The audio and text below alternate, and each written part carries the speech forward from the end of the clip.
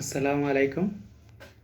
আমরা যারা MBA HRM বিষয়টি নিয়ে পড়ালেখা করছি, এমবিএ এইচআরএম বিষয়ের একটি গুরুত্বপূর্ণ সাবজেক্ট হলো কম্পেনসেশন ম্যানেজমেন্ট, ক্ষতিপূরণ ব্যবস্থাপনা।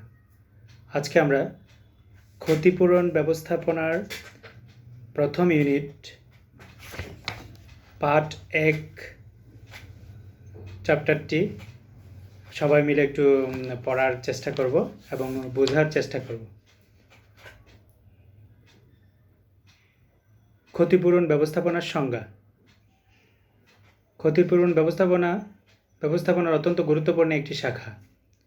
একজন কর্মী প্রতিষ্ঠান হতে পারিশ্রমিক হিসেবে যা পায় তাই ক্ষতিপূরণ।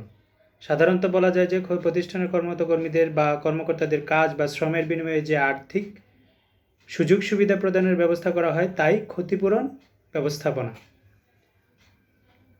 গ্যারি ডেসলারের মতে কর্মীর কাজের বিনিময়ে সকল প্রকার পুরস্কার ও আর্থিক সুবিধা প্রদানের প্রক্রিয়াকে ক্ষতিপূরণ ব্যবস্থাপনা বলে।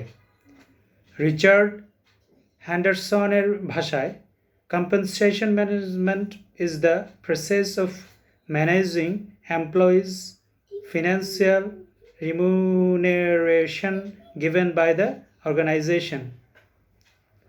অর্থাৎ প্রতিষ্ঠানে নিয়োজিত কর্মীদের আর্থিক পারিশ্রমিকের ব্যবস্থা করাই হলো ক্ষতিপূরণ ব্যবস্থাপনা।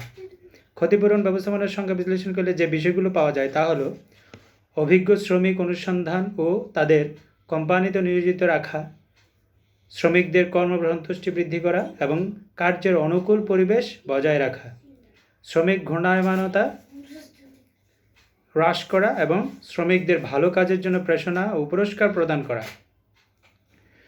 পরিশেষে বলা যায় যে কোম্পানিতে নিয়োজিত শ্রমিকদের কাজের সন্তুষ্টি, কাজের অনুকূল পরিবেশ, বেতন ভাতা ও অন্যান্য সুযোগ সুবিধা বিচার বিশ্লেষণ করে সঠিকভাবে ক্ষতিপূরণ প্রদান করার ব্যবস্থা করাই হলো ক্ষতিপূরণ ব্যবস্থাপনা।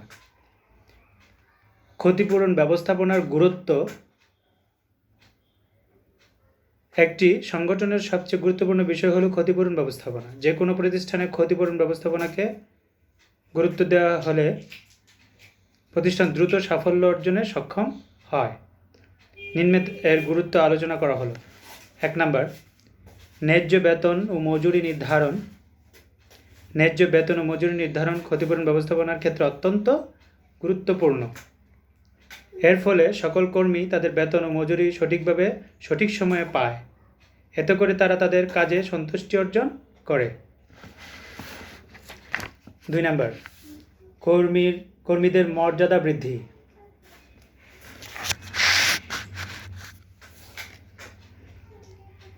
ক্ষতিপূরণ ব্যবস্থাপনার মূল বিষয় হলো প্রতিষ্ঠানে নিয়োজিত কর্মীদের সামাজিক মর্যাদা বৃদ্ধি করা। এর ফলে প্রতিষ্ঠান তার লক্ষ্য অর্জনে সফল হতে পারে। 3 নাম্বার, উৎসাহ প্রদান। কর্মীদের তাদের কাজের প্রতি উৎসাহ প্রদান করা অপরিহার্য। এই ব্যবস্থাপনার ফলে তা নিশ্চিত করা হয় তাই তারা কাজের প্রতি মনোযোগী হয় এবং কাজের মানোন্নয়ন বৃদ্ধি পায়। 4 নাম্বার, যোগ্যতার ভিত্তিতে মজুরি নির্ধারণ। ক্ষতিপূরণ ব্যবস্থাপনার অতি গুরুত্বপূর্ণ একটি দিক হলো তাদের যোগ্যতার ভিত্তিতে বা যোগ্যতা অনুযায়ী কর্মীদের মজুরি নির্ধারণ করা। এতে উৎপাদনশীলতাও বৃদ্ধি পায়। 5 নাম্বার, প্রেরণা প্রদান। কর্মীদের প্রেরণা প্রদান করা ক্ষতিপূরণ ব্যবস্থাপনার অত্যন্ত গুরুত্বপূর্ণ দিক। কর্মীদের অনার্থিকভাবে প্রেরণা দিলে তারা আগ্রহের সাথে তাদের কাজ করে প্রতিষ্ঠান সহজেই তার লক্ষ্য অর্জন করতে পারে। 6 নাম্বার, বিভিন্ন সুযোগ সুবিধা প্রদান। ক্ষতিপূরণ ব্যবস্থাপনার গুরুত্বপূর্ণ বিষয়গুলো হলো কর্মীদের বিভিন্ন ধরনের সুযোগ সুবিধা প্রদান করা, যেমন বিনামূল্যে চিকিৎসা, কর্মীদের শিক্ষার ব্যয় বহন, শিক্ষা ভাতা ইত্যাদি। 7 নাম্বার, সেবা প্রদান। প্রতিষ্ঠানে নিয়োজিত কর্মীদের বেতন এর পাশাপাশি বিভিন্ন ধরনের সেবা বা সুবিধা প্রদান করলে তারা হতাশাগ্রস্ত হয় না বা তাদের মনোবল বৃদ্ধি পায়, ফলে তারা কাজের ও প্রতিষ্ঠানের প্রতি সন্তুষ্ট হয়। 8 নাম্বার, শ্রম ঘূর্ণায়মানতা হ্রাস। কর্মীদের শ্রম ঘূর্ণায়মানতা হ্রাস করাই ক্ষতিপূরণ ব্যবস্থাপনার মূল কাজ। এই ব্যবস্থাপনার ফলে কর্মীদের উপযুক্ত বেতন মজুরি দিয়ে সন্তুষ্ট করে তাদের ধরে রাখা যায়, ফলে কর্মীদের জন্য প্রতিষ্ঠানে চলে যাওয়া বা শ্রম গুণমানতা হ্রাস পায়। ক্ষতিপূরণ ব্যবস্থাপনার প্রকারভেদ। ক্ষতিপূরণ ব্যবস্থাপনা এমন একটি প্রক্রিয়া যেখানে কর্মীদের কাজকে মূল্যায়ন করে তাদের সে হিসেবে বেতন বা মজুরি প্রদান করা হয়। ক্ষতিপূরণ ব্যবস্থাপনা দুই ভাগে ভাগ করা যায়। ক্ষতিপূরণ ব্যবস্থাপনা: আর্থিক ক্ষতিপূরণ, অনার্থিক ক্ষতিপূরণ।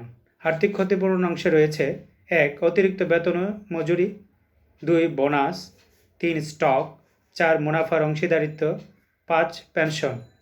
অনার্থিক ক্ষতিপূরণের অংশে রয়েছে: 1. প্রশিক্ষণ, 2. অফিস উন্নয়ন, 3. নমনীয় শ্রমঘণ্টা, 4. পুরস্কার, 5. প্রান্তিক সুবিধা প্রদান।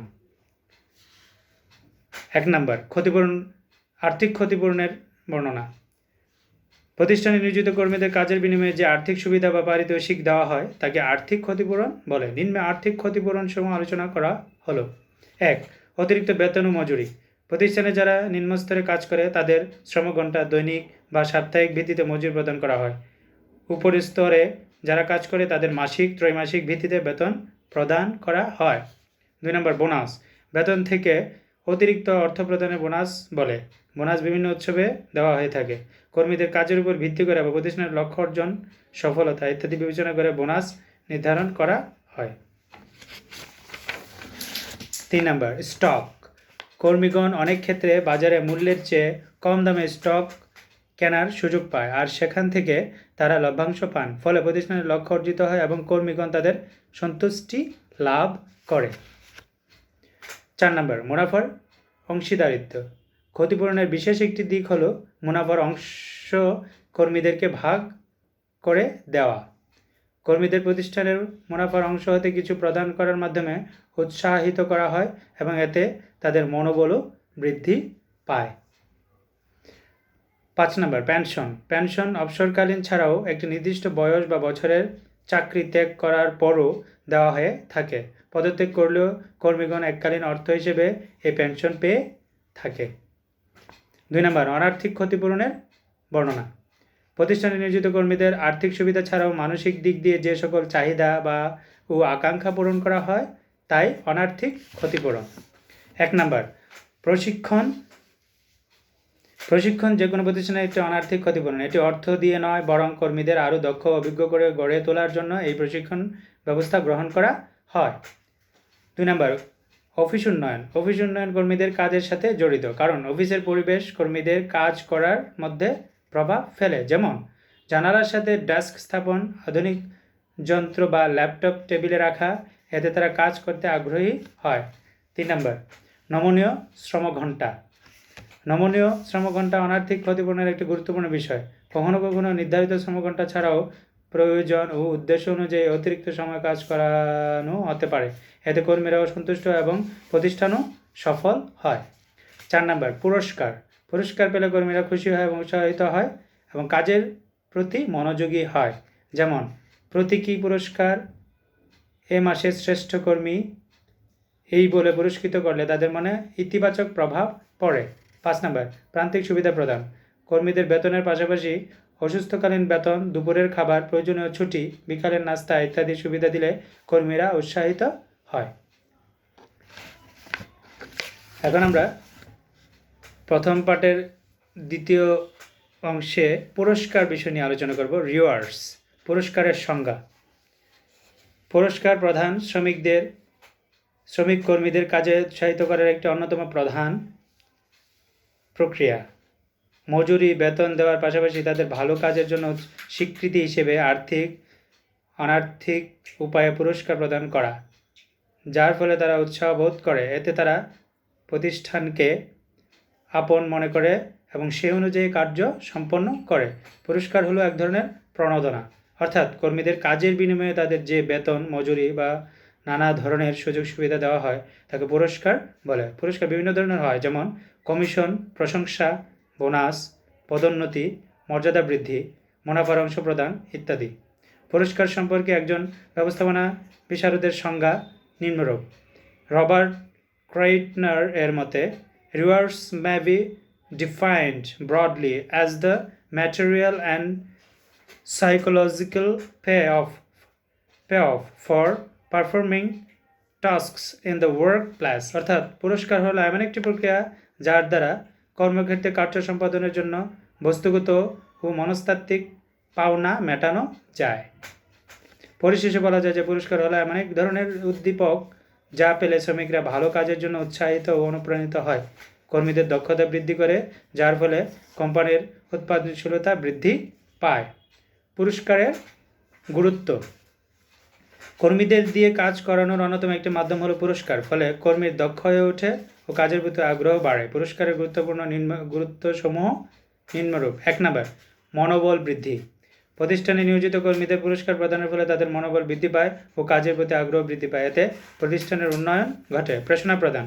প্রেরণা প্রদানের ফলে কর্মীরা কাজে সন্তুষ্টি অর্জন করে। পুরস্কার প্রদানের বিশেষ একটি মাধ্যম হলো প্রেরণা। এটি প্রতিষ্ঠানের উদ্দেশ্য অর্জনে সহায়তা করে। 3 নম্বর, প্রতিযোগিতা বৃদ্ধি। পুরস্কার প্রদানের বিষয়টি কর্মীদের মধ্যে ভালো কাজ করার প্রতিযোগিতার সৃষ্টি করে। তখন প্রত্যেক কর্মী চায় অন্য সকল কর্মী থেকে ভালোভাবে কাজ করে কর্তৃপক্ষের দৃষ্টি আকর্ষণ করতে। এই প্রতিযোগিতার মাধ্যমে উৎপাদনশীলতা বৃদ্ধি পায়।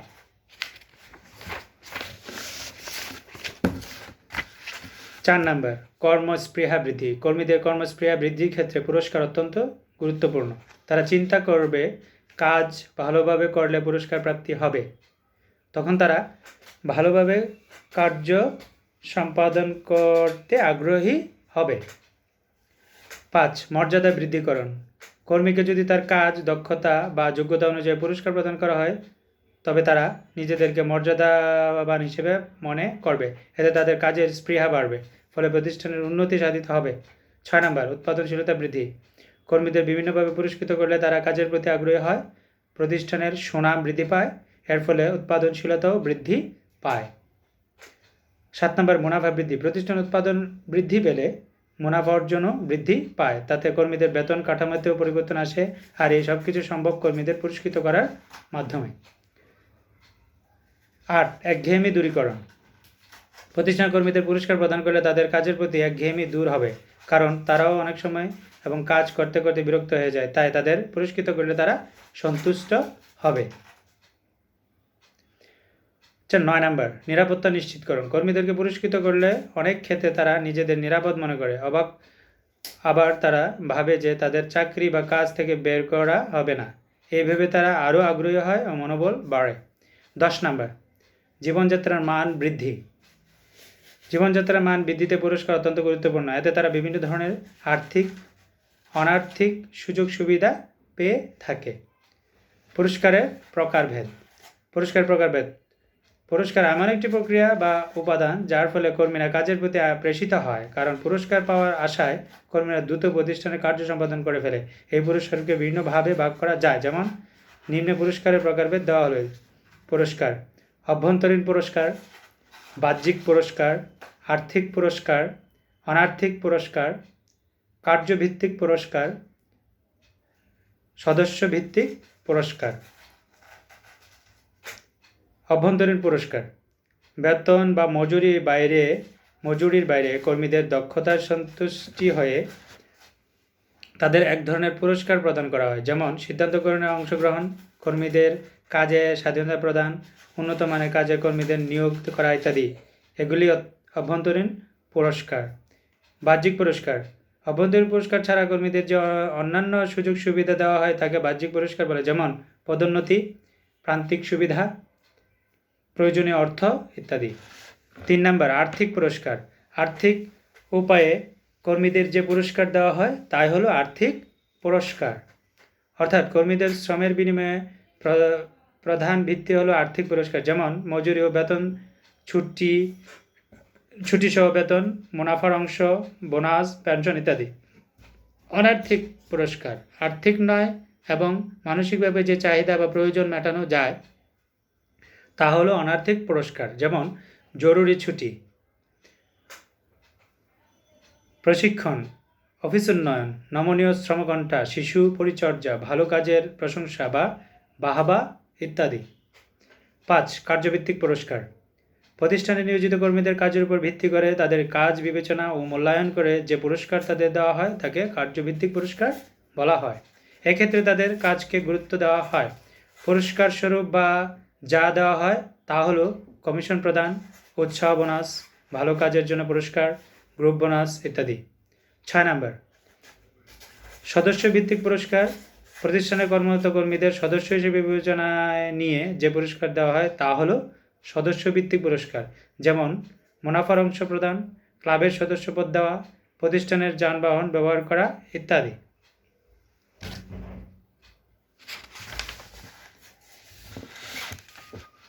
ফলপ্রসূ পুরস্কার নিয়ে আলোচনা করব আমরা এখন। ফলপ্রসূ পুরস্কারের বৈশিষ্ট্য। 1.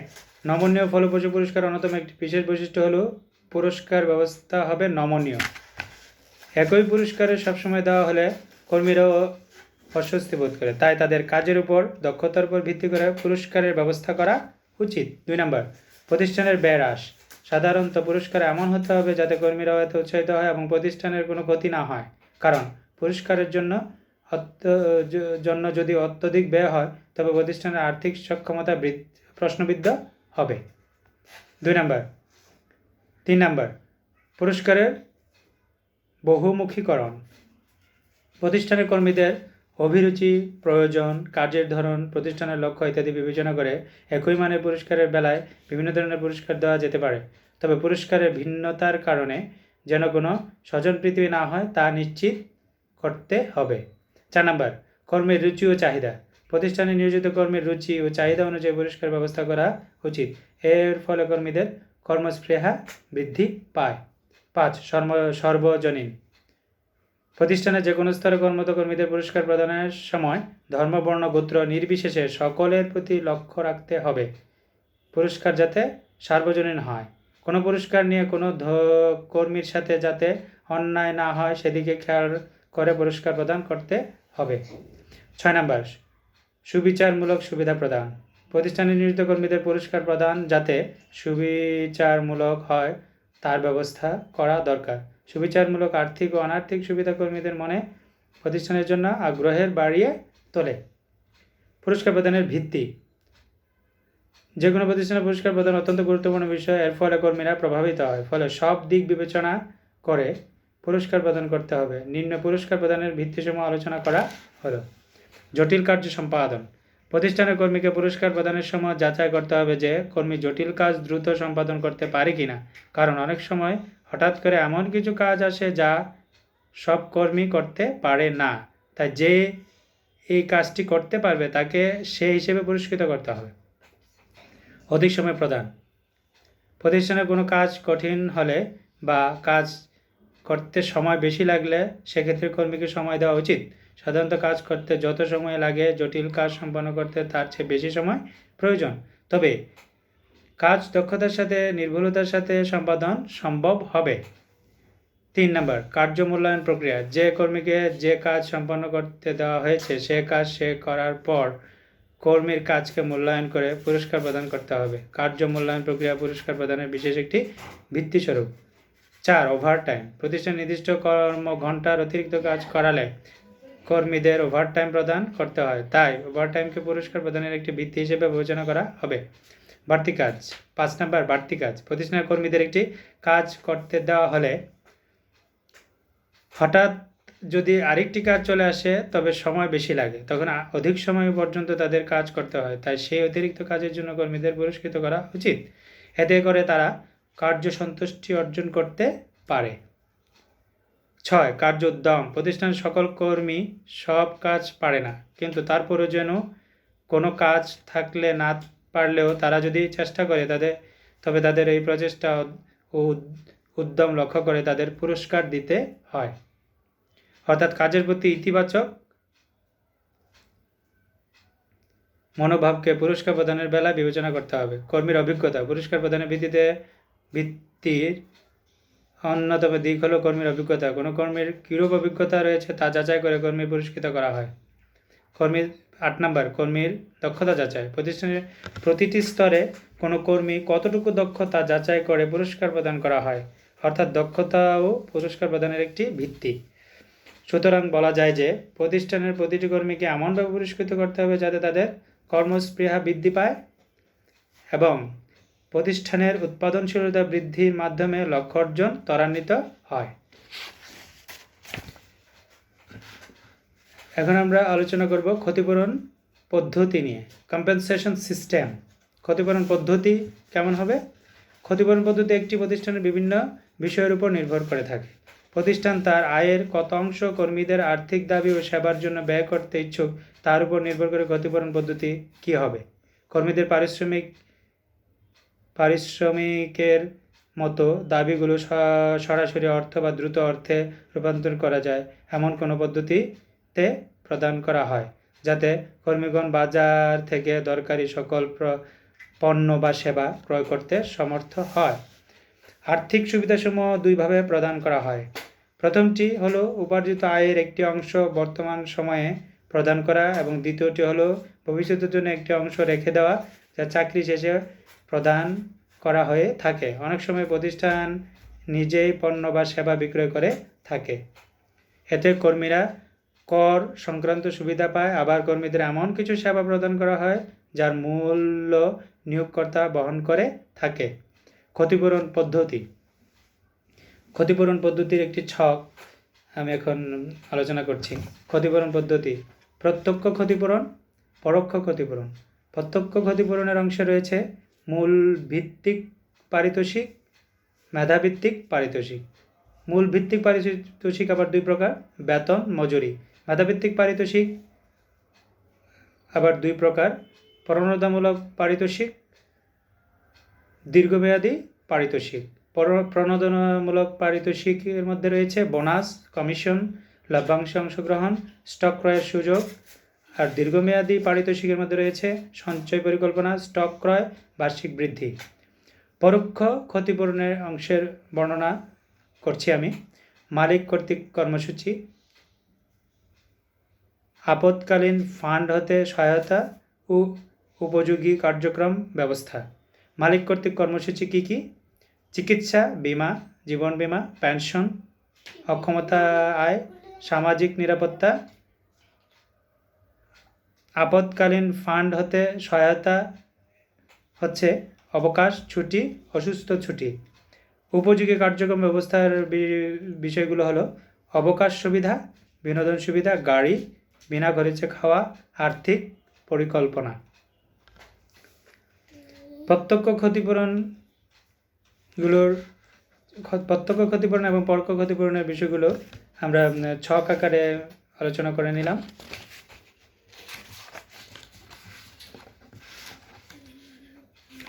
এখন আমরা ক্ষতিপূরণ মাত্রার ছকটি আলোচনা করব। ক্ষতিপূরণ মাত্রা: কাজ ও দক্ষতার জন্য মজুরি, কর্মক্ষমতাহীন অবস্থায় আয়ের ধারাবাহিকতা, বিলম্বিত আয়, আয়ের সমতা প্রদান। অবসরকালীন পারিতোষিক: কর্মহীন হওয়ার পরও আয়ের ধারাবাহিকতা, পারিবারিক আয় ধারাবাহিকতা, স্বাস্থ্য দুর্ঘটনা এবং নিরাপত্তা। আপনাদের সকলকে অনেক ধন্যবাদ। আমি চেষ্টা করেছি ক্ষতিপূরণ ব্যবস্থাপনার প্রথম অধ্যায়টিকে মোটামুটি একটু আলোচনা করার জন্য। ক্ষতিপূরণ ব্যবস্থাপনার পরবর্তী আরেকটি বিষয় রয়েছে অক্ষতিপূরণ ব্যবস্থা। অক্ষতিপূরণ ব্যবস্থাপনার সংজ্ঞাটি আমি এখন আলোচনা করছি। যে ব্যবস্থায় কর্মীদের প্রেরণা দেওয়া হয় কিন্তু কোনো আর্থিক সুবিধা দেওয়া হয় না তাকে অক্ষতিপূরণ ব্যবস্থা বলে। এখানে কর্মীরা প্রেষিত হয়, শারীরিক ও মানসিক উন্নতি হয়, কর্মীর কোনো আর্থিক অবস্থার উন্নয়ন হয় না। ক্ষতিপূরণ ব্যবস্থা হলো এক ধরনের বাহ্যিক পুরস্কার, আবার একে সহায়কমূলক ব্যবস্থা বলা হয়। কর্মীদের কাজে উদ্বুদ্ধ করার জন্য এই পদ্ধতি চালানো হয়। অক্ষতিপূরণ ব্যবস্থাটি এই অংশটুকু আপনারা পরবর্তীতে জেনে নেবেন।